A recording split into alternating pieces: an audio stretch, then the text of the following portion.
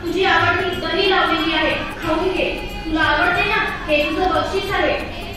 मग श्याम त्याच्या आईला म्हणतो, आई तू एवढं सकाळी मारलं मला आणि आता मला दही खायला लावते. मग श्याम रुसून आईच्या डोळ्यात एकदम पाणी येतं आणि आई ते आणते आणि श्यामच्या पाठी. त्याचे वडील म्हणाले की बेटा तू कॉलेजमध्ये सर्वप्रथम आलास म्हणून माझ्याकडून तुला हीच भेट आहे. खूपच निराश होऊन जातो.